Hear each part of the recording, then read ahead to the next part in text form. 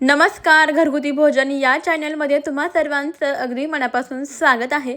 आज आपण इडली पात्रामध्ये साबुदाणा टाकून अतिशय भन्नाट अशी रेसिपी बनवणार आहोत, जी की अजिबात कोणताही तामझाम न करता अगदी झटपट अशी तयार होते। चला तर मग याचं आपल्याला काय बनवायचं आहे ते पाहण्यासाठी व्हिडिओ कुठेही स्किप न करता अगदी शेवटपर्यंत पहा। चला रेसिपीला सुरुवात करूया। सर्वात आधी इथे ना आपल्याला 2 वाट्या साबुदाणा घ्यायचा आहे। आता हा साबुदाणा आपल्याला स्वच्छ पाण्याने व्यवस्थित असा धुवून घ्यायचा आहे, म्हणजेच यावरील जी काही डस्ट वगैरे असते तर ती निघून जाईल। साबुदाणा स्वच्छ पाण्याने धुवून घेतला तर यामधील पाणी आपण फेकून देऊयात आणि यामध्ये साबुदाणा भिजण्याकरता आपल्याला पाणी घालायचं आहे। जसं आपण रेग्युलर साबुदाणा खिचडी बनवण्याकरता साबुदाणा भिजवतो ना, त्याच पद्धतीने इथे आपल्याला साबुदाणा भिजवून घ्यायचा आहे। साबुदाणा बुडून थोडंसं वरती पावपेर इतकं पाणी येईल इतपत आपल्याला यामध्ये साबुदाणा भिजायला पाणी घालायचं। 5 ते 6 तास हा साबुदाणा भिजवून घ्यायचा किंवा रात्रभर भिजवून घेतला तरीसुद्धा चालेल। पहा इथे मी एक 5 ते 6 तास हा साबुदाणा भिजण्याकरता ठेवला होता। साबुदाणा अगदी व्यवस्थित असा भिजलेला आहे। आता लगेचच आपल्याला हा साबुदाणा अशा पद्धतीने व्यवस्थित मोकळा करून घ्यायचा आहे।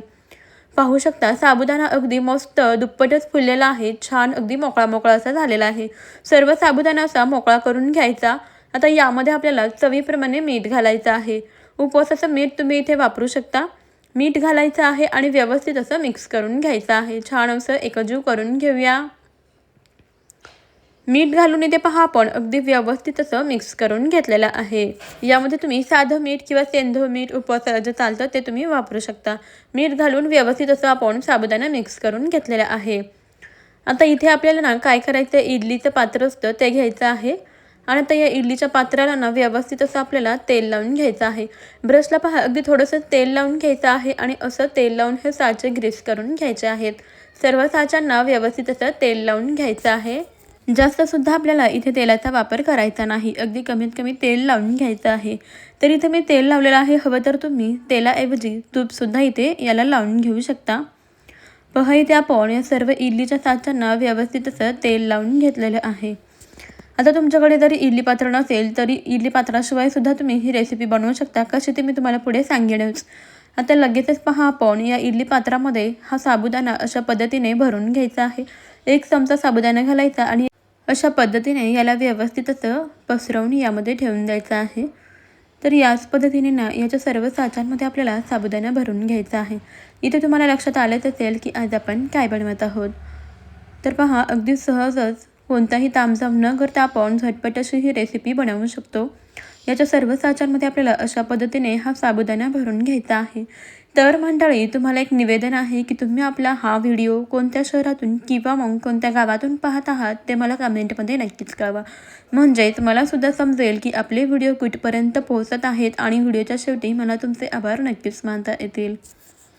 आपल्या चॅनलवरती मी अशाच खूप साऱ्या युनिक आणि पौष्टिक झटपट होणाऱ्या रेसिपीज शेअर केलेल्या आहेत, त्यासुद्धा एकदा नक्की चेक करा। मला खात्री आहे तुम्हाला आपल्या सर्व रेसिपीज जरूर आवडतील। पहा इथे आपण असं सर्व साच्यांमध्ये हा साबुदाणा व्यवस्थित असा भरून घेतलेला आहे। लगेचच आता हे साचे अशा स्टँडवरती ठेवून द्यायचे। आता हे स्टँड आपल्याला कुकरमध्ये ठेवून द्यायचं आहे। त्या अगोदर पहा इथे मी कुकरमध्ये पाणी गरम करायला ठेवलं होतं। पाणी व्यवस्थित असं गरम झालं की मगच हे स्टँड यामध्ये ठेवून द्यायचं आणि आता गॅस मध्यम ठेवायचा आहे। याला झाकण लावून घेऊया। 5 ते 6 मिनिटं याला व्यवस्थित असं आपल्याला वाफवून घ्यायचं आहे। गॅस मध्यम ठेवायचा आहे। 5 ते 6 मिनिटानंतर आपण यावरचं झाकण काढलं, मध्यम गॅसवरती याला वाफवून घेतलेलं आहे। पहा साबुदाणा अशा पद्धतीने पारदर्शक झालेला दिसतोय, म्हणजे हा अगदी व्यवस्थित असा वाफवला गेलेला आहे। आता लगेच यामधून हे स्टँड काढून घ्यायचं आहे। यामधील साचे काढून हे थंड होण्याकरता ठेवून द्यायचं आहे। तर मंडळी इथे आज आपण बनवतोय वाफेवरच्या साबुदाणा फेणी किंवा याला साबुदाणा पापडसुद्धा म्हणतात। आता हे आपल्याला थंड करून घ्यायचं आहे, मग यामधील पापड काढून घ्यायचं। थंड झाल्यानंतर पहा हे पापड असे पटकन निघले जातात। पाहू शकता याला तेल लावल्यामुळे पापड अजिबात खाली चिकटत नाहीत, लगेचच निघाले जातात।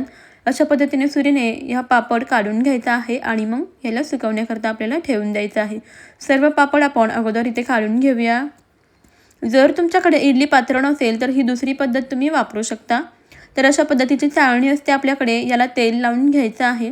सोबतच आपल्याकडे बांगडे असतात, या बांगडे यामध्ये अशा पद्धतीने ठेवून द्यायच्या आहेत आणि यामध्ये मग आपल्याला पापड बनवण्याकरता साबुदाणा अशा पद्धतीने भरून घ्यायचा आहे। तर इथे मी सर्व पांढऱ्या कलरचेच पापड बनवून घेतलेले आहेत. हवं तर तुम्ही यामध्ये फूड कलर वापरून वेगवेगळ्या रंगाचे हे पापड बनवू शकता. पहा, दोन्हीपैकी कोणतीही पद्धत तुम्ही वापरून हे पापड बनवू शकता. तर तुम्हाला दोन्हीपैकी कोणती पद्धत जास्त सोयीस्कर आणि सोपी वाटते ते मला कमेंटमध्ये नक्कीच कळवा. पहा, अशा पद्धतीने चाळणीमध्ये आपल्याला हे सर्व साबुदाणा सेट करून घ्यायचा आहे, भरून घ्यायचा आहे आणि कढईमध्ये पाणी गरम करायला ठेवायचं आहे. पाणी गरम झाले की त्यावरती ही चाळणी आपल्याला ठेवून द्यायची आहे. यावरती झाकण ठेवायचं आणि हे साबुदाण्याचे पापडसुद्धा आपल्याला मध्यम गॅसवरती वाफवून घ्यायचे आहेत. यामध्ये सुद्धा अगदी 4 ते 5 मिनिटांमध्येच हे पापड तयार होतात. पहा, साबुदाणा छान ट्रान्सपॅरंट झाला की काढून घ्यायचा, थंड करून घ्यायचं, म्हणजे पापड लगेच निघाले जातात. थंड करून यामधले सर्व पापड काढून घ्यायचे. आता या फेण्या आपल्याला 2 दिवस कडकडीत अशा उन्हामध्ये व्यवस्थित अशा सुकवून घ्यायच्या, वाळवून घ्यायच्या. पहा, इथं 2 दिवसामध्ये मी हे पापड कडकडीत असे उन्हामध्ये वाळवून घेतलेले आहेत. पहा, पापड अगदी मस्त व्यवस्थित असे वाळलेले आहेत आणि वाळल्यानंतर तुम्ही पाहू शकता अगदी सुंदर आपले हे पापड दिसतात. तुम्ही हे पापड वेगवेगळ्या रंगाचे सुद्धा बनवू शकता. वर्षभर टिकणारे इथे आपले साबुदाण्याचे पापड किंवा फेण्या तयार झालेले आहेत. चला तर मी तुम्हाला हे तळून सुद्धा दाखवते. तळल्यानंतर तुमच्या लक्षात येईलच की आपला पापड किती मस्त असा झालेला आहे. आता इथे पहा, आपण तेल गरम करायला ठेवलेलं आहे. तेल व्यवस्थित गरम झालं की याच्यामध्ये पापड टाकूया. तुम्ही इथे पाहू शकता पापड तळल्यानंतर अगदी दुप्पट तिप्पट असा फुललेला आहे. बघू शकता अगदी मस्त पांढरे शुभ्र असे आपले हे साबुदाण्याचे पापड इथे तयार झालेले आहेत. अगदी दुप्पट तिप्पट आपला हा साबुदाण्याचा पापड फुललेला आहे. तुम्ही सुद्धा या पद्धतीने अगदी झटपट तयार होणारे हे साबुदाण्याचे पापड किंवा फेण्या नक्कीच बनवून पहा. यासाठी पहा, इथे मी मोठा साबुदाणा वापरलेला होता. हवा तर तुम्ही जो मिनी साबुदाणा येतो ना, मिनी नायलॉन साबुदाणा, तो सुद्धा वापरू शकता. त्याने सुद्धा हे पापड खूपच मस्त बनतात. बघू शकता पापड तळल्यानंतर अगदी दुप्पट असा फुललेला आहे, छान खुसखुशीत झालेला आहे. पहा, मस्त असे इथे आपले कुरकुरीत साबुदाण्याचे पापड तयार झालेले आहेत. उपवासाला एकदा जर खाल्ला ना की तुम्ही हे सर्व पापड संपवताल, इतके चविष्ट आणि टेस्टी लागतात. बघू शकता एक कच्चा पापड आणि तळलेला पापड दोन्हीमधला फरक पहा. पापड अगदी दुप्पट असा फुललेला आहे. तुम्ही सुद्धा या पद्धतीने हे साबुदाण्याचे पापड नक्कीच बनवून पहा किंवा मग तुमच्याकडे कोणत्या पद्धतीने बनवले जातात ते मला कमेंटमध्ये नक्कीच कळवा. ही रेसिपी तुम्हाला कशी वाटली ते सुद्धा मला कमेंटमध्ये जरूर कळवा. जरासुद्धा आवडली असेल तर आपल्या घरगुती भोजन चॅनेलला नक्की सबस्क्राईब करा.